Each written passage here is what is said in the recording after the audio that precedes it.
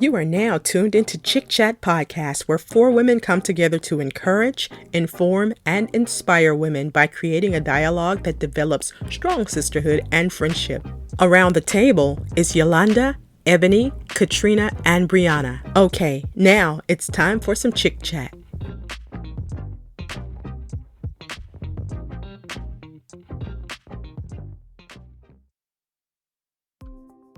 Hey you guys, welcome back to the ChiChat Podcast. I am your host, Ebony, and today we're going to be talking about pandemic parenting and teaching.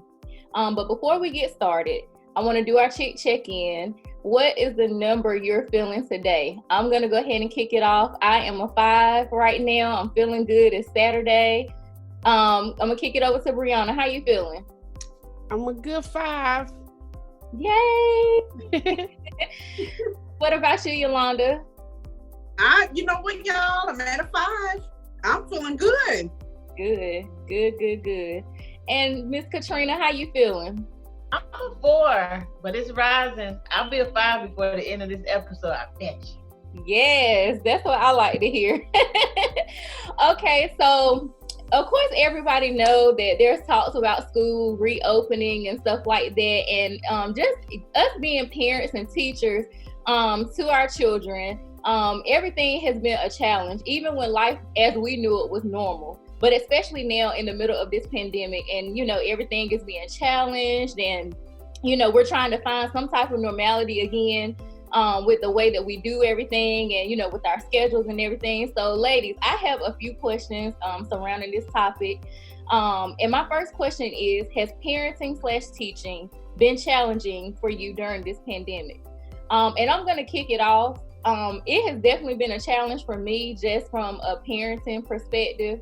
The way that they were thrown into having to continue the school year with just doing online, it was challenging to try to keep up with, to say the least. Trying to work, I'm pausing my work, I'm trying to jump on London's homework and trying to figure out, where he's stuck at and what he needs to do. It was definitely challenging. It made me have even more respect for teachers, because you see what they encounter on a day-to-day basis. So shout out to all the teachers out there, because they definitely had to conform to everything that's going on right now as well.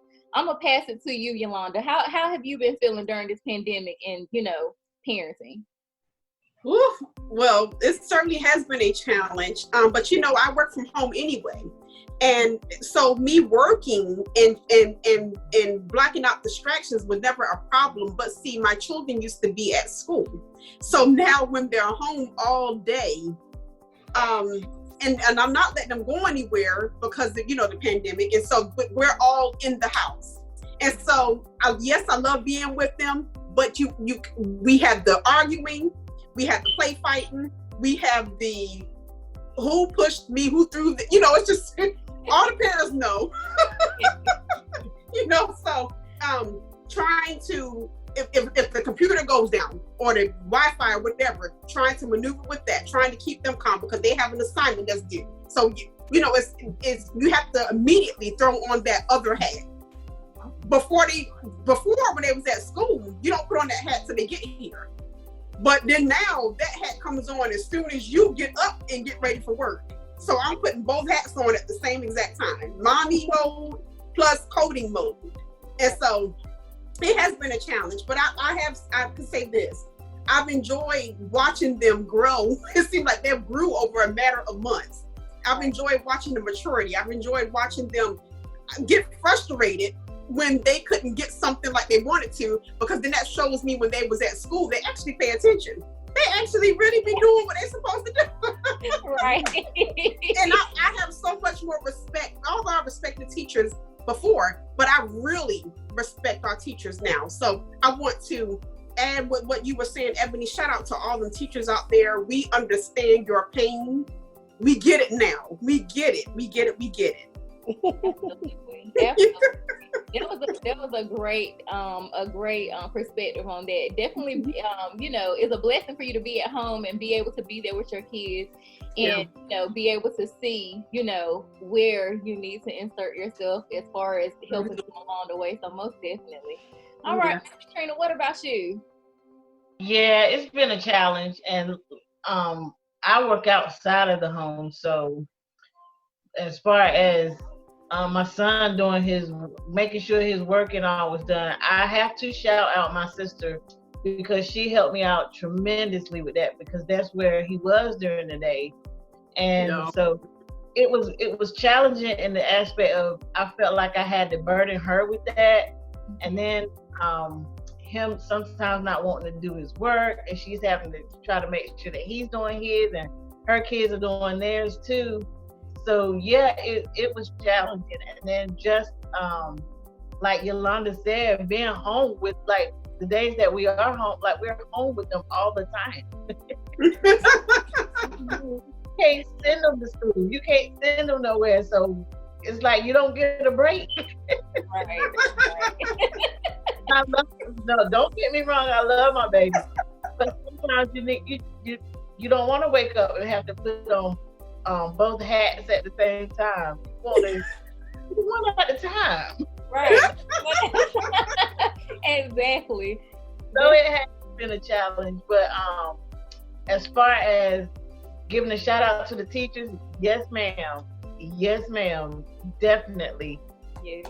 They had to, not only did we have to try to figure out how we're going to help our children do this, but they had to figure out a way to be able to put the information out there for the children and be able to even get it. And they had to go, I imagine, maybe some training or something for teachers that haven't ever taught online or done anything like that. So kudos to you. Absolutely. And before I forget, just to piggyback off Katrina, I want to shout out my mother-in-law, because that's where London has been the entire time he has been out of school. My mother-in-law is a retired teacher. She's a soft disciplinarian. I'm gonna say that because she'll discipline him, but then he got her wrapped around his finger. So shout out to her, because she has definitely been a great help, like, during this whole process. So love you. Breonna, how has teaching been challenging during this pandemic? Yep. Well, you guys know I teach preschool, so it's very different to work with. Sorry, I heard something. Anyway, it's very difficult to work with young children on the computer, but these young children that I had were very techno savvy, but that's because I shout out myself. I ain't gonna lie, I'm gonna have to give Bree a shout out, because I pushed them to learn how to work the computer. Now, I didn't push them how to work a mouse, but I did push them how to work, like, touch technology. And so a lot of the things we had them doing was through an app called Class Dojo. So that was a challenge, because they didn't want to sit still for Zoom. Like, we on Zoom sit still listening, but they would be like, "Hey, I see you, Sally. Hey." And I'm like, "Can you listen to Miss Breonna? I'm still trying to teach you ABC." And so, but they were so excited to see each other on the screen. It's like, "How you been?" I'm like, "Okay, come back." So that was the only thing. But I love technology. So for me, it really wasn't a challenge, because I love technology. But it was a challenge teaching that age technology. Right. Yeah. And, well, you do an amazing job. Job. I told you you had my eyes watering with the whole graduation video. So shout out to Breonna. Those babies are so lucky to have you as a teacher. You're definitely awesome at what you do. Most definitely. Look, can I please add this? I got to say this. Mrs. Breonna Baker, my sunshine, our girl, is the best technology person I have ever met in my entire life. This lady could do, I mean, we could be all talking, because, we talk even when we're not doing ChiChat. Right. We could be talking 1 minute. The next thing I know, I'm getting some notifications or something. I have no idea how to go up there and find it, right? So Breonna said, "Well, just push your thing, or push your shit, tell me what to do." Or she'll be doing stuff for us, and we have no idea that she's working behind the scenes. She's talking to us, plus working on some stuff. Plus, I'm like, how do you do this? Yes. Shout out to Bree. Yes. The best technology person I have ever known in my entire life. Absolutely. Absolutely. Yes. Thank you. She gets it. Go. Yolanda, like, after all I've been through, thank you, Brianna. Absolutely. Yes. She's so good. I love it. All right, ladies. So the next question I have is, how do you feel about the children's social skills and the possibility of them continuing like online instruction? I want to go from a teacher's point of view. Bree, how you feel about that? About the children's social skills and continuing online instruction? I think that the challenge is really going to be the elementary. Middle school and high school, they are beginning to get on social media, especially the generation that's already in high school. I think they won't necessarily have such an issue. The issue will come in with reading skills. I think it's going to be the work itself, but socially it will hinder them because they won't know how to directly address situations. They will more so want to text about it or email about it. So I think that direct contact will lack. It's going to take parents to push their children to do like scenario conversations like, okay, Johnny, if you're faced with this, how would you handle it? Because the teacher's not going to be there to ask that question. They're going to be reading questions a lot. So it's going to take the parents to step up with social skills. And second point, they can do social skills with their neighborhood. But again, social distancing and respect and all that. But it will be a challenge to answer the question. Yeah. Right. That was a good perspective. Thank you so much for that. Katrina, how do you feel about that? How do you feel about your child's social skills with the online instruction? Well, I think it was already a challenge with the social skills anyway. Well, I can only speak for my child. I have two children that have already graduated high school. Well, one that just graduated June. My son is still in middle school. So, and he's not very social anyway. So I think this now is gonna push him, well, it's gonna isolate him even more because he's not at school with his peers. He's either, I don't know how they're gonna do it, like if they're gonna do it through Zoom or, however, but that would be the only way that he sees them besides, on his personal time when they talk on the phone or whatever. Right. But he's the type of person now that if me and him FaceTime each other, I'm looking at the top of his head. Yeah. Or I'm looking at his wall or the ceiling, and I'm like, what's the purpose of FaceTime if we're not seeing each other? Right. And so I think in a social aspect, it is going to be a challenge for him. And then he is the type of person that wants to be face-to-face with his teacher. But I will commend him because he made me so proud. He told me that he was like, Mom, I just want to let you know that I emailed my principal. Ooh. I said, you did what? He was like, I emailed the principal because I wanted to find, he hadn't heard anything about how school was gonna be. And so he emailed his principal to find that out. Okay. And she emailed back, and I was like, show me the email because I wanted to see like what's the lady. So like I was taken aback a little bit. So I was like, wow, my baby took initiative. He emailed the principal on his own without my knowledge, and it was a good email. It sounded really professional. You wouldn't have thought it came from a 12-year-old. She probably thought I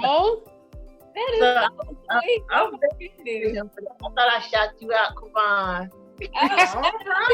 For taking the initiative to email his principal, like, I'm an adult and I don't even know if I would have did that. Thought about it. Shout out to him. What? Did you email her for real? And he was like, yes, it's an email. What? I mean, oh, excuse me. Oh my goodness.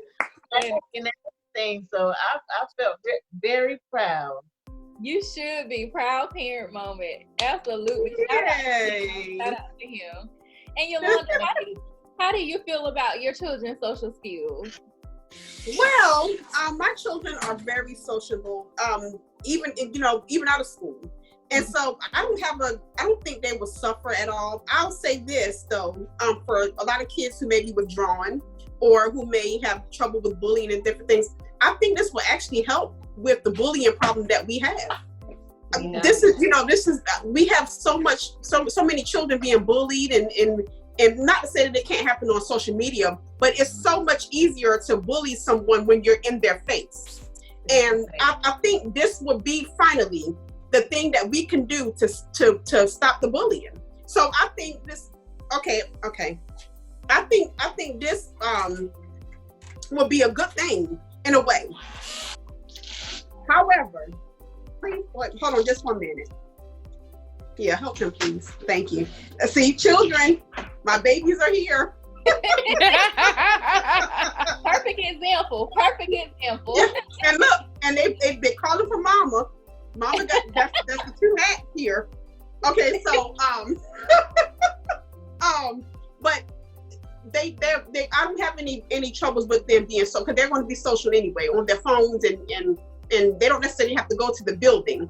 My children do suffer from asthma, so I was going to keep them home anyway. I want them to be home anyway because it just makes me feel better as a parent that I can watch them and make sure that they're doing what they're supposed to do to keep their asthma under control and to keep them from, getting the germs and stuff that causes that COVID stuff and all of those things. So, going back to the social aspect, I think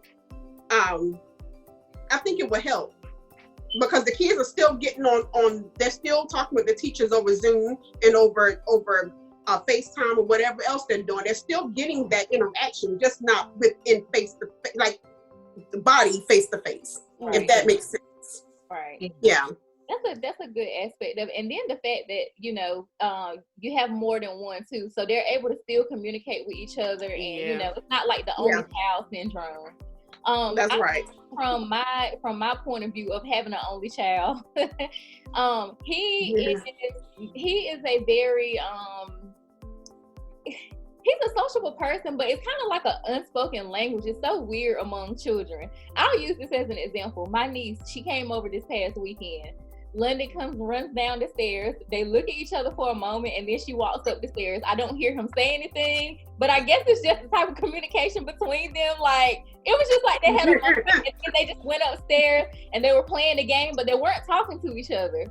So, I feel like as far as socially, like he communicates. I'm starting to see a trend where it's when he comes home on the weekends, he just want to stay home in his room, and I'm like, Lenny, you want to go out? You want to go to the park? You want to go do this? You want to go do that? And he's like, no, like we're staying. So we have to make him get out and do things. Yeah. So I feel like that portion of it is affecting him. It kind of affects him in that way. But we're still working on that. And just like you, Yolanda, I opted for him to stay home. Just so I can make sure he's safe. He's honestly terrified to go back to school because of everything going on and seeing stuff on the news and all this stuff. And, the news that they're saying of how it affects kids is like contradicting. So most definitely, I'm not trying to get my child back up, in school. I'm gonna wait. I feel like me personally, they should wait and just have them online from August to December and then revisit it for January. Neither here nor there. And I don't know what they're gonna actually do, or what the final decision is gonna be. I don't know if it has been shit, but as of right now, I'm opting for him to stay, at home as well. So, good conversation, ladies. So for my next question, have you all emphasized structure with kids since the pandemic has been happening? And I'll start off. First of all, let me just give a shout out real quick just to the whole process, because I feel like for this process to have been so spare the moment, like it was just so quick, like the pandemic just overtook everything and just shut everything down so quickly. The transition of how they had everything ready, they had computers and stuff for kids that didn't have computers. The only thing I think it was an issue with was like the Wi-Fi, because of course some people didn't have Wi-Fi for their kids, but they were able to provide computers for kids and stuff like that. That transition and how they had everything set up from going picking up computers and going picking up material and stuff like that, it was just it was very seamless. So shout out to them for that. But yeah, as far as like the scheduling goes, with London, what I found most that helped me was actually putting a schedule in his phone. And I would title the schedule with each lesson that he needed to do, like for that day, just so he wouldn't feel overwhelmed with everything. And I just emphasized to him, do not look at anything else but what your alarm tells you to look at. That's what kind of helped me get through this part. And it helped, even though I was still a little overwhelmed when he did get caught up in like, little things, and I wasn't actually physically there to see it. I had to log in and find out where he was. But it still helped because I knew, okay, he's on social studies, he's on science, he's on math. It wasn't like just jumbled up all over the place, because they give it to you, but it's your duty to prioritize it. So it was kind of like I was trying to teach him how to prioritize, because that's going to be something that he's going to need to know once he gets to middle school and of course high school. So that's how I handle structuring his day. Breonna, from a teacher's point of view, do you feel like that was a good thing for me to set alarms, or I like that. When it comes to the little kids, we actually do pictorial graphs so they can know this means going outside, this means da-da-da. So I like that you did that. That's something that I implemented with the younger kids for their parents, to take a picture of them and say, now it's time to eat, versus just eat when you feel like it, because it throws their schedule off. So I like how you added that. That was good. Okay, great. And I think that's a good idea too with the pic. That's just so cute. I love to see those little babies, and they're so smart, and they're just doing this and doing that. I love it. I love it. I have a baby fever again. Better have a quarantine, child. Girl. Uh-oh. Look, and start this schooling back over. I don't know, child. I don't know. What about you, Yolanda? Do you keep your kids on a structure? Well, not a real strict one. I do have it to where they have a time out where they work on their stuff. And then after that, they can do, pretty much whatever they wanted to do. But I do have it where it's marked off. So you have to take this time to do your work. Now, I won't tell them which one to do. And that's because I'm the type of parent who I go by the consequence thing. If you don't get this done, there's going to be consequences. Right. Either you're going to do it or you're not. But when you're not, then you're going to find out what's going to happen when you don't. Right. So we already have these conversations, and so they my kids are old. My children, I had a graduate, and then my other son will be he's a senior this year, and then I have a 11th grader. So they're old enough to be able to say, well, I need to do this, and this. And them credits are serious. They are into them. They want to make sure they get them credit. So, they are on top of them credits, honey. So, but I do have it where there's no game time. There's no we're gonna FaceTime this person. I do have it that way, to where they have to have a few hours doing their stuff. But other than that, how they do it, this is how they get it done. Gotcha. But I love the way you did that, Ebony, with your son. I think that's good. That's so good. Yeah, I was just trying to figure out like the easiest way to keep me sane and to keep him sane, because whether parents know it or not, like their kids have been affected by this in more ways than one, and probably in more ways than they think. So I was trying to make sure I was able to stay sane and also make sure I'm available to help him throughout this process. And that was just the easiest way I can just keep everything on the straight and narrow like I need it to be. So yeah, very organized. Yeah. Thank you, Katrina. Yeah, did you crack the whip? You would think I do, because I am I'm not very structured with my parents, and that's, I think, in all aspects of my parenting. And I think the way you did it with your son probably would help my son a lot more. Mm-hmm. My daughter, she only had 2 classes, and hers were really easy. They didn't even neither class really gave her much to even do. So hers was pretty good. She was gonna graduate regardless. My son, on the other hand, he was only in 6th grade, so he had a lot more stuff to do. And like I said, shout out to my sister, it was put on her. So I would I would tell him, at a certain time, you need to get up, do your work, so your aunt don't have to worry about it. But I didn't give him a structure as to, which assignment to work on first. Mm-hmm. And by him being there, he was with her throughout the week. I wasn't even there to really check it to make sure he did it. Everything was on her. And so I basically took her word for it that he did it or didn't do it. And teachers emailing me and stuff. And so I'm like, hey, dude, you need to do your work. so much. And I should have taken the initiative to really sit down, and make a game plan for him. Right. But thank you for that, because I know now that I can do that. Even though he's in 7th grade, we teach our children a lot of independence. Mm-hmm. And so in my mind, I'm thinking, you're 12 years old, you're in 7th grade, like if they say you need to log on to Zoom at 9:00, you need to be up at 8:30 so you can be prepared to go at 9 and do your work. Mm-hmm. And so that's the kind of mentality I'm going in with it. But I thank you for bringing that up. I need to get him structured. So I think that'll help a lot more than just me saying, go do your work. And like Yolanda, I'm the type of parent to say, you know what you're supposed to do. I shouldn't have to stand over you to make you do it. Mm-hmm. But if I find out it's not done, it's gonna be some consequences. Because I'll take some privilege. I enjoy it. That's the fun part. That's the fun parenting part. I'm gonna take this. I'm gonna take that. That's so funny. That's so funny.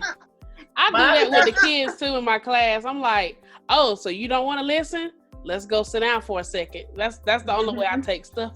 Yeah. I just told them to sit down. So we can't say time out in preschool. So we say take a break. I will fold every time seeing those little sweet faces. Oh my God. Yeah, they sweet till they keep on not listening. Yeah. You like, I ain't sweetie. That is so funny. One time I'm gonna say this little side comment. One time my evaluator caught me because one of the little boys had tripped over the instrument. He didn't put it up. And I said, Lord, that's what you get. And I said, oh shoot, my evaluator here. And she was like, it's okay, Brianna. I felt like that too. I wanted him to trip too. Cause he was working our nerves. Look, y'all, don't think I'm a bad teacher, but sometimes I ain't gonna touch you, just trip. I ain't gonna listen. I don't judge you plenty, because let me tell you something. When I used to volunteer, some of those little kids, I would be looking at them and I'm just like, what in the world? Your mama ain't got to be here putting up with your tail all day. I ain't gonna touch you, just trip. I definitely commend you for having to deal with that all day, every day. Oh my goodness. Look, I remember those days when my son was in elementary school and him acting up and having to go. I made it my business to go and sit in his class sometimes. And I'm looking, this teacher has a lot to deal with. Mm-hmm. This kid doing that, this child doing something else. She got to keep stopping to teach. And finally, I had done had it. I looked at one of the kids and I was like, you don't sit your butt down here. You know when your mouth get like this big, you really mean that thing. When your mouth get like this, like this, you got a little zero. Yeah. But you know that she told me, like, thank you so much. She said, oh my God, how much I thank you for that, because she was going through it that day, and you would think that a parent is in class, we can be good because there's somebody in here. Oh no! And he was in 5th grade at that time. I was like, I said, boy, if I find out you at school acting like those other kids, it's going to be the consequence when you get home. Yes, child. And that's what brings me like to my, that's what brings me like to the decision of wanting London to stay home, because those teachers they have to have so many eyes. They can't see everything, they can't see everything. And I just don't feel like especially with the little kids, like elementary age, I don't feel like social distance in early elementary is going to be possible, because the Right. only thing they're gonna think about is they get to see their friends, they're gonna want to touch, they're want to go, you know, hug and play, and it's a lot of things that's gonna have to change. Like, I just feel like they just really need to put like more thought into this thing before they Yeah. decide to just I mean, throw these babies just in school. for the early head start, like, Yeah. they're telling us to wash the sheets every day. They're telling us that they can't play in the water table. They can't play with stuffed animals. They can't put on dress-up clothes. They can't have circle time. That's our day. Right. Yeah. Our day is play. So Right. what are they going to do? Exactly. Yeah. And then, you know, with the teachers and stuff too, like, you might have some teachers that might practice social distancing, but you got to think about it as a whole. You know, some teachers, they live in a household where they have other kids, older kids, they got husbands, they got families, you know. It could be a possibility because, you know, as far as with the COVID things, that the trends that we've been seeing is like the whole household will be sick. They might not have symptoms, but the whole household will get it. And by the time they realize that somebody's sick, it's too late. They don't pass it throughout the whole house. So, and then you have that teacher that's in there, and then they go to school, and then, you know, possibly test positive, and then you got a whole classroom full of kids that's gonna have to be back home for 10 to 14 days. So it's just like, I feel like they just need to really like revisit and really give it some more thought before they just decide to throw these kids back in school. It kind of like answer my next question. As far as I'm concerned, my next question was, how do you feel teachers will be affected with the transition of school once it resumes, or just the uncertainty of how it will resume? So I'm trying to answer that question on my behalf. Breonna, how do you feel? I don't agree with it. So basically, I'm not going to disclose too much, but there have already been cases in my county. There have already been children in my county. And so, to me, I feel like, okay, y'all already trying to hide it now. Yeah. And so, if you bring the whole group, so my answer, like, I agree with your response. Let's just do online. I mean, the thing just hit in March. It just hit. Yeah. I mean, we literally are still in the middle of it. It ain't even the peak. We in the middle. Yeah. So, I mean, I really think, you know, your response was best. Just every county, we got 100 counties in North Carolina. Every county just be online. If y'all got to spend more money, figure out that money and just send these children some computers, some laptops, whatever. And y'all teach it the best way you can till January 2021. Move on. Right. Yeah. Absolutely. How you feel about that, Yolanda? I think we need to wait. I'm right on target with y'all, but you know what? I want to add this mask. Now, I watched the Roy Cooper when he said that he was going to make it so that everybody has masks. What kid you know will sit there with the mask on? What? Yeah. He told me they're going to provide 5 masks per child. I'm like, they're going to lose all 5 that day. The first day. What kid they going to sit? First of all, I am 40 years old and I'm uncomfortable with the mask on my face when I'm going to the grocery store. Yeah. What makes me think that the little kids is going to keep a mask on their face, sitting in here trying to listen to the teacher, trying to play with the other kids? I think it's just too early. I think we're jumping the gun. I think we're too anxious to get back to the norm. I think all of that stuff. And so we need to just chill out, take a break. It's also one other thing that I want to bring up real quick. I was watching CNN.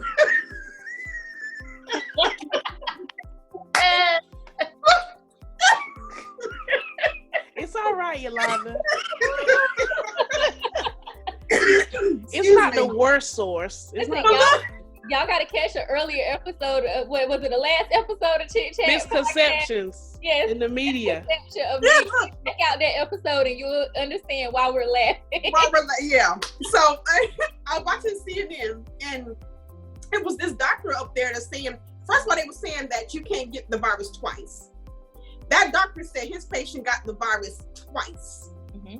So if you have the COVID-19 virus and you feel like you have the antibodies that they said that you're supposed to acquire once after you have the virus, this man is saying you can get it again. So and it's much worse the second time. This is what the doctor said. I can't think of the doctor's name, but this is what that doctor said. So now we got people who may have had the virus. They going out again, going out back to work and everything. If they're teachers or students, whatever, going to school, they get the virus again. It's 10 times worse than the first time. So then now we're talking more hospitalizations. We're talking more ventilators. We're talking more, maybe, God forbid, death. All this stuff. Because we want to rush back and get back to what we call normal. Like, come on. Sit your tails down a minute and just hold on a minute. Wait a minute. We can do this thing online. It's all good. We should have did like China and just shut the whole story down. Yeah. China shut down their whole country and said, we ain't moving till we get this thing right. Right, yeah.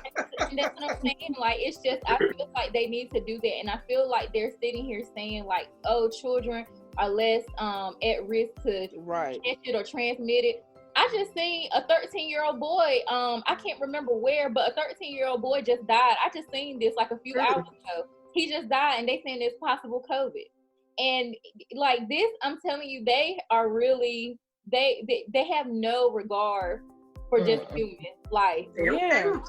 They have no regard for human life. But you know what? I got some regard for mine, and I got some regard for my child. Not throwing my child back in school. You're not doing it. That's right. So, how you feel about that, Katrina? Yeah, repeat that. Oh, how do you feel that the teachers will be affected with the kids possibly returning back to school, or just them being uncertain of how this school year is gonna go? Oh, the teachers, I feel like they probably feel like we do. That most of them probably would love for us to keep our children at home and do virtual learning. Yeah. Because it keeps them safer, because they're not around, like, maybe, I don't know how many they're going to have in the classroom, but they're not having to be around 20 and 30 different people every day, you know, because the children, like you said, they're around their parents. Parents are still working, so we're out, you know, in the community, going grocery shopping and all of this stuff. Mm-hmm. So we never know what we're coming into. And we're coming home with our families, and then the children are going to school, and then around the teacher, and again she's got to go back home to her family, so, or his or her family. So I feel like they probably feel like we do. A lot of parents are keeping their children at home, and I feel like they probably agree with that. Should make sure that they have enough computers and everything for students to have at home, and help some of the, you know, people that are unfortunate, or some that don't have Wi-Fi or can't get it, help out, you know, so that everybody can have the same learning opportunities. Right. I agree. So that brings me to my chit-chat question of the week. Now, I know we got our babies home, and if they're like mine, he loves candy. So my chit-chat question of the week is peanut M&Ms or plain M&Ms? So I'm gonna kick it off. Mine is plain M&Ms. What about you, Breonna? What about you, Breonna? Oh my gosh, that peanut and a Dr. Pepper. Peanut M&Ms, baby. Peanut M&Ms for Breonna. Okay. So how about you, Yolanda? I'm gonna go with the plain. I prefer the plain ones. Yeah. That's 2-1. That's 2-1. Katrina gonna make it or break it. It might be a tie. It might be a draw. Give me the yellow bag, honey. That's right, Katrina. You don't need that plain mess. Yes. Oh my God, that was so fun. Oh my goodness. You guys, if you are watching, let us know how you feel about parenting in the pandemic. What have been some of your challenges? And also drop us down in the comments below if you like peanut M&Ms or plain M&Ms. Plain. Get that yellow bag. That yellow bag, share size, baby. Share size. Oh my God. I love it. So next, we're gonna get into our sister girl of the week. And this week, my sister girl of the week is our very own Breonna. Woo! Shout out to Bree. Breonna is our co-host. Say hey, Breonna. Hey. So I chose Breonna for my sister girl of the week. Listen, if amazing was a person, it would be her. Okay, Breonna is an amazing person. I love her so much. Breonna is a member of the Zeta sorority. She's an HBCU graduate. She wears many hats, from being a wife, a businesswoman for her company Behind the Scenes Media, Resilient Love Podcast. If you all have not checked that out, check that out. She's also a master at technology. She's a master at painting at Wine and Design, as well as an amazing preschool teacher. We are so lucky to not only have her as our sister, but also in producing. She produces productive skill sets and ambition in her classroom, driving these babies to greatness. We appreciate all you do, Breonna. So give Breonna a hand clap. That was so sweet. You got me. You got me. I had to surprise you. So starting new segments. We started a new segment last week, and we're going to continue with the chick faves. Each month we're going to do one each week. And my chick fave for the month of July is my Eternal Essence baby powder oil. This is an Amazon buy. Let me see if I can show that.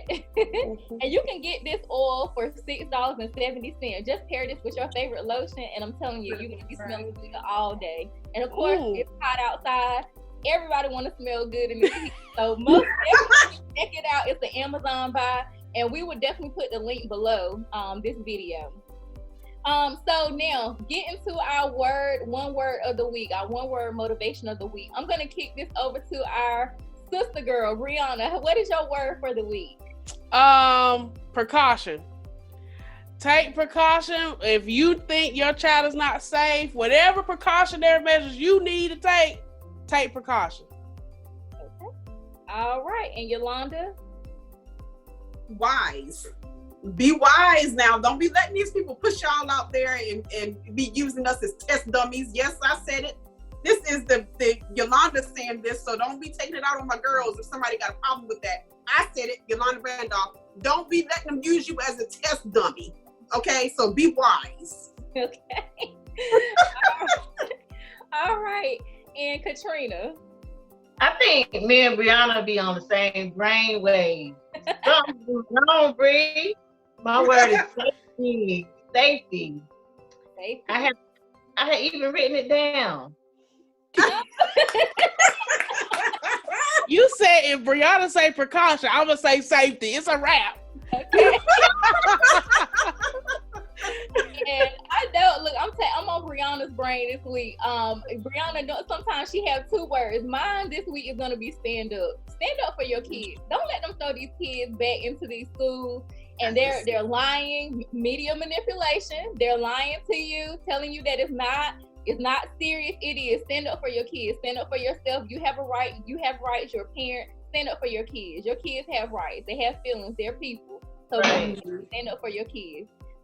So with that being said, take precaution, be wise, stand up, and just stay safe.